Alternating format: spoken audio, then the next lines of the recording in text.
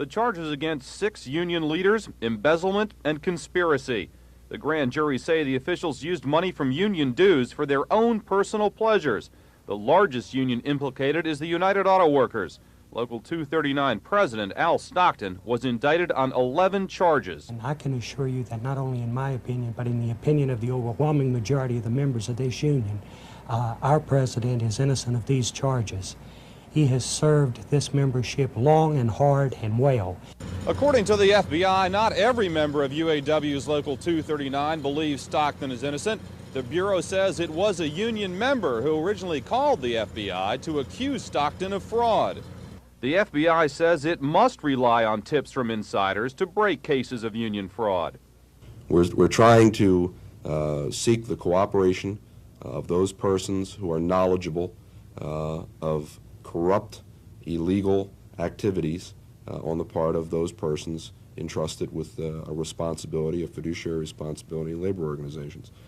The FBI is investigating even more alleged cases of embezzlement of union funds in the Baltimore area. The Bureau believes fraud committed by union officials is not uncommon at all. At FBI headquarters, Mike Ritz reporting for Nightside. The Longshoremen of Local 333, which has more members than the other 4 locals combined, met with their president, Garris McFadden, today, and he told them to continue the strike, but that angered some members. I'm going to work, that's all. Maybe the rest won't say it. A lot of other people going to work. Go right on to work and have a good fun. None of you guys are working, right? No comments. I'm fed up with this. You know, this is a bunch of BS. I want to get back to work. There's a lot of men in this local that want to get back to work. The others that don't, well, I think they're hurting themselves. And some claim that local President McFadden threatened anyone who crossed the picket line. The president told us we'd go back to work. He's threatened us. It's going to take us. Well, he told us anybody who went back to work that he was going to get their names and do something to them. He didn't say what. No. What? He said something like that. Oh, there was no threat made about no. It wasn't about doing up anybody. It said just get the names and the deal would take care of it. There was no threat towards anybody. McFadden was supposed to have a news conference here at their local headquarters on Hull Street at noon today to explain everything, but because we wouldn't do it live, he left. Work on the docks is scheduled to resume at 7 o'clock tonight, and there is concern that when some of these longshoremen try to cross the picket line, there may be violence. Jack Bowden, News Scene 2. We've seen a lot of dramatic changes in the Baltimore City shoreline in recent years, and this weekend we'll see another one. At the Harbor Expo, the city will premiere its newest waterfront attraction, Middle Branch Park.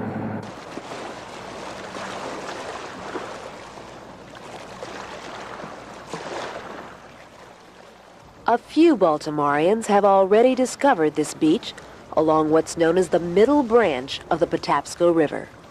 It's one of the best places that I've came to that's really had good crabs. On a map, you can see where the middle branch is. It's the body of water below or south of the inner harbor. Economic development has been the focus at the inner harbor. At the middle branch, it's recreation. 10, even 5 years ago, the only ones picnicking here were the rats. Auto junkyards blanketed the shore, and the stench from the Reedbird landfill in Cherry Hill filled the air. It was an urban waterfront. It had been forgotten for a number of years, and people had just used it as a place to throw things. Since then, some $5 million have been spent to clean up the shore, which stretches from Westport under the Hanover Street Bridge, past Cherry Hill and South Baltimore General Hospital to Brooklyn.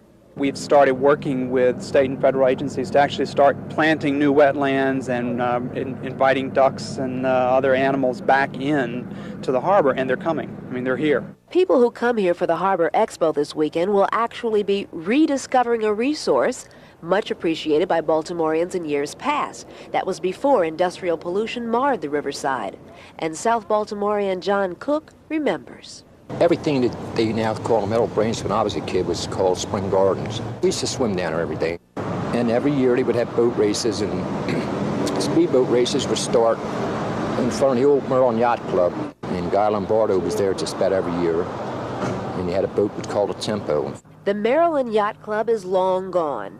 But tomorrow we'll tell you about plans to build a new boat club here for rowers. And we'll hear about the impact of Middle Branch Park on its neighbor, Cherry Hill. Joyce Jefferson, News Scene 2.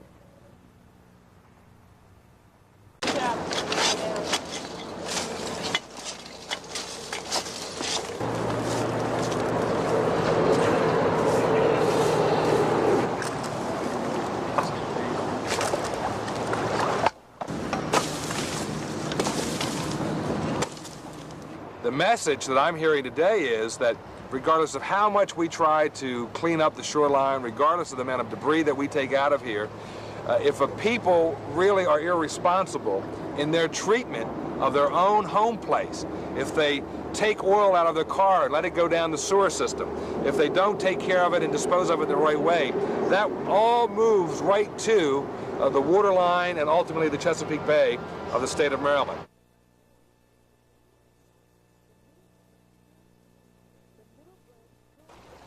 The Middle Branch transformation is not yet complete. There are plans to decorate the Hanover Street Bridge with lights, making it a real nighttime spectacle and symbol for the area. And that $1 million project gets underway this fall. By this time next year, the Baltimore Rowing Club will have a $3 million clubhouse here. It will be financed by the city, and in exchange, the club will run rowing programs for city school students. Rowing club members say there's a nationwide revival of the once elitist sport, that it's now appealing to a broader public. Now people like myself, who used to be runners, have gone to rowing because it's a lot easier on the body, and it's more fun to get away from the traffic and row out here in the sun and the water. This area has become so attractive that Cherry Hill residents are worried speculators might come in, pushing prices up, pricing out the people who already live here. But city officials say they have nothing to fear. Many other areas in the harbor that hold that attraction, and this is a recreation facility. It's not a housing opportunity. We're not going to start selling off property. David Carroll says Cherry Hill residents can expect to share the benefits of economic development here. That development will be restricted to land now zoned industrial. Already in the works, the Zamoski Company's plans for a mammoth warehouse and distribution center, creating 300 jobs. A Cherry Hill spokesman says he's keeping a close eye on those plans. We're not just looking out for jobs per se. We're looking at it from the other spin-off activities that this size of an industrial park can bring, and that being janitorial services or medical services that may be needed by such, or groundkeeping. At this weekend's Harbor Expo, Baltimoreans will have a chance to explore this and other lesser-known parts of the waterfront. Joyce Jefferson, News Scene 2. Here's what police in Baltimore have been keeping close tabs on for at least the past 9 months: heroin dealing on the streets of Baltimore. Shortly after this deal in East Baltimore, a 13-year-old was arrested for distributing the heroin. Police say children as young as 9 years old were used to sell heroin for an East Baltimore organization that may have caused the deaths of at least 4 people. The alleged head of that heroin ring, Maurice Peanut King, turned himself in on Monday. He and 10 others were indicted last week for distributing and selling heroin. Police confiscated about $6 million worth of heroin in that investigation, as well as hundreds of thousands of dollars in cash, furs, and jewels. Police officers say Peanut King did a $50 to $75 million a year heroin business. It sounds like a lot of money and a lot of addicts, but police say it's only a fraction of Baltimore's heroin problem. It does interrupt the traffic, and any interruption of the traffic is very important to us. It makes those that are obtaining their heroin seek new sources, and when they're seeking new sources, they become more vulnerable. I think that the problem of heroin in Baltimore is probably up slightly from its low in 1979, but I don't think that it's at any epidemic or panic situation or level at this time. Mostly heroin comes to Baltimore from Asia, then south through New York. Police are continuing their investigation into heroin distribution in Baltimore, trying to catch the Peanut Kings of the city, put them out of business, then go after their successors. They say it's an endless battle. Mary Norton, News Scene 2, the Federal Building. This is Uma Pemaraju. Reaction to the Commerce Department's ruling today from Baltimore United Steelworkers has been met with guarded optimism. Steelworkers say they're hopeful that this is the first step in getting the American steel industry back into the mainstream. This gives us hope. You know, we're hoping that the economy will turn around by the last quarter of 1982. But this even gives us more hope that there's a brighter side someplace. Locally, more than 4,000 steelworkers have been laid off within the last 6 months. 800 are expected to hit the unemployment lines next week.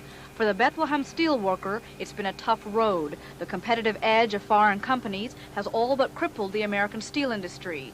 Gone are the days when this local enjoyed a membership of nearly 69,000. Now there are barely 3,900 who pick up a paycheck each week. For these men, today's ruling brings cautious hope. The long-term effect of this, I don't think it's going to affect us within the next 3 months, okay, because that steel is either here on the ground or in transit here. Okay, those companies are going to use the steel they have before they buy American. The customers have to return to the American steelworker. Today's ruling affects only carbon steel. These men say there are other kinds, like the steel used to build automobiles, that aren't affected yet. And until then, more people are going to be laid off, correct? I can't see them making things look a whole lot better for us. One thing, this company here, they have plans on turning this into a world-class steel plant. In other words, ultra-modern, and that's going to result in the loss of a lot of jobs through modernization. Uma Pemaraju, News Scene 2. Over the past 256 years, you've come a long way, baby. You're booming, you're beautiful, and today... Did you know it was Baltimore's birthday today? No, I didn't. The birthday that we're celebrating encompasses this whole city. Mayor Schaefer. Close, Baltimore. Baltimore City itself. Yeah. This is Baltimore's birthday. But don't feel bad if you forgot the charming lady on her special day. Even Baltimore's #1 booster blundered. Someone came in today doing one of the ceremonies and said, you know, today's the birthday of the city. I said, no, I didn't. Perhaps we should say it with flowers. How old is she? 256. Extra, extra. Why aren't Baltimoreans reading all about it? You can't somehow call back and ask them to put Happy Birthday Baltimore, revise this edition, stop the presses? I could, but it'd take a little bit of trouble. One chorus of Happy Birthday to Baltimore. You're crazy. Not us. Happy birthday to you. Happy birthday to you. Happy birthday to Baltimore. Baltimore. Oh, you know how to pronounce it. You know, I have You've to... only been here a short time. How about that? Balmer, you're a good man. Happy birthday. Happy birthday to you. Yeah! And many happy returns. Tony Pagnotti, News Scene 2.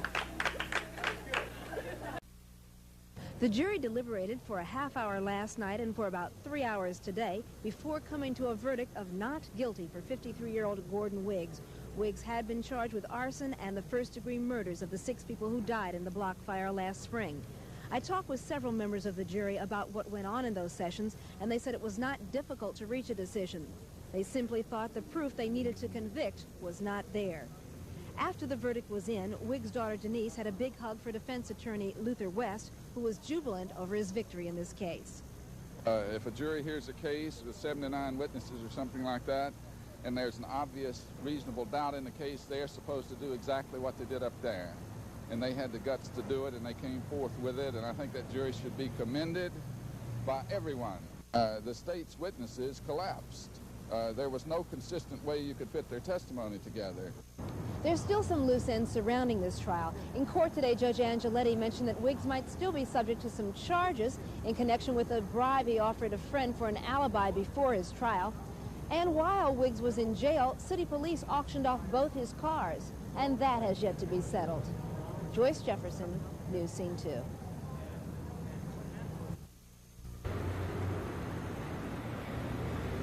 This is Brenda Carl reporting from the block. Reaction to the Wiggs acquittal was the talk of Baltimore Street this afternoon. Some people I talked to couldn't believe that Wiggs was cleared of all charges. He was, and he was accused of doing it. Wasn't he guilty? He wasn't, huh? Well, put it this way. I can see if they saw him do this and he didn't punish for it, he should be punished for it if he did it. But if the jury say he's not guilty, I guess that has to be it. Yeah, that man was guilty. All that evidence, 6 people, you know, jealousy is one thing, but murder's another. I really don't think that was really fair. You feel he was guilty? I think that he was, because there was a lot of people involved besides, you know, the person that he was trying to get to. I was surprised. I really, from what I'd heard of the trial and the fire, I thought that he would be convicted. A lot of the workers here on the block refused to go on camera with us, but one did say that if Wiggs ever came back here, he might be in trouble. Somebody's going to give him what he's got coming. A lot of them's mad. You know, they've been mad since it's happened. What would happen to him if he came back? Just put it this way, I feel sorry for him, you know. Today, the 408 Club remains boarded up. It's been almost a year since the tragedy last April, and many found it hard to even talk about the fire. One man who didn't want to be identified said the jury must have felt that because the victims were all from the block, that their lives didn't matter anyway. They were just people, he added, people like you and me trying to earn a paycheck just like everyone else. Brenda Carl, News Scene 2 on the block.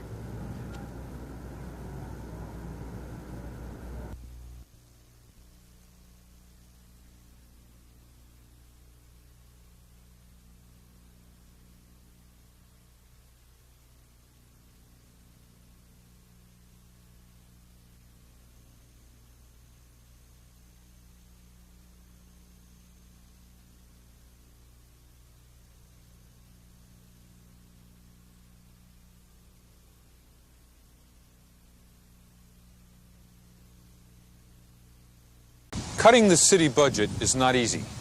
No matter what is cut, someone is bound to complain. But this week, the mayor proposed to the city council a budget cut that affects us all. He wants to reduce neighborhood garbage pickups to once a week during cold weather months. As of October 1st each year, the city plans to pick up trash only once a week, resuming the regular schedule of twice-a-week collections on April 1st. Budget experts say the cutback will save $500,000 in a billion-dollar budget. What we lose is much more valuable to the city. When garbage piles up in busy neighborhoods, some of it inevitably spills out, and as it piles up, garbage attracts hungry rats. For years, the city has correctly fought to rid neighborhoods of litter and rats. Reduced collections simply will make the job harder and probably make these same programs even more expensive. Just as important, but less obvious, is the problem of attracting homeowners to the city.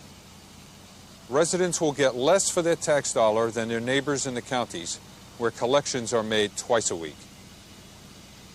Inner harbor projects, such as the aquarium, help build Baltimore. But City Hall cannot afford to forget that the neighborhoods are the city's most important components. Mayor Schaefer was right when he promised 3 years ago to turn his attention from downtown's glamour projects to the neighborhoods. But cutting garbage collections amounts to turning his back on these same neighborhoods. In this case, cutting trash collection saves the equivalent of pennies in the budget while creating literally tons of problems. It is a penny-wise but pound-foolish plan that we cannot afford. Now, if you just listen, you get an idea of what's happening. But no one was in the mood to listen to Council President Dew Burns. They just kept asking this question. Why did they close Locust Point, didn't reopen it, closed ours, and now everybody just want ours to just go? City officials tried to get their point across, but couldn't when the meeting turned into a shouting match. I can't even get my foot in the door. You call this, that place, you can't get no information. Residents were told this firehouse on North and Bond closed in February because it was built back in 1890, and it's too old to carry new equipment. But can't we renovate it to make it fit? Closing this one is the first step to get you a new one. And just remember, the firehouse don't put out fires. City officials say the Locust Point situation is different because equipment here was taken out of the neighborhood, whereas an ambulance and truck in Clifton Park has been moved to a firehouse around the corner. Again, response time has not been lessened one iota with the moving of the equipment around the corner. It simply has moved from Bond Street to Harford Road. The response time is still the same. But all the explanations just weren't enough for some residents who feel they're being discriminated against. They stormed out of the meeting.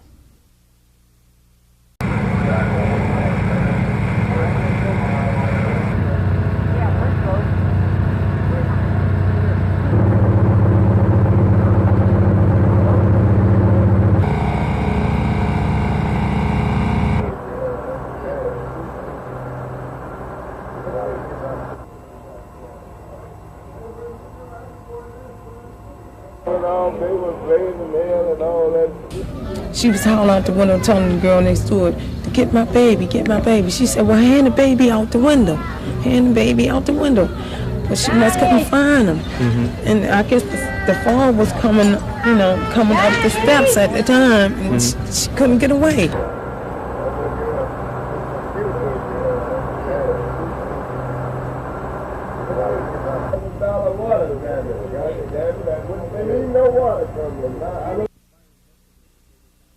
Fire investigators say they found traces of a flammable liquid in a second-floor bedroom. Evidence the fire that destroyed this three-story home on Old Harford Road was intentionally set. 6 people were inside the house when the fire started at 4:30 this morning. 5 of them got out safely. 82-year-old Lillian Roth didn't make it out.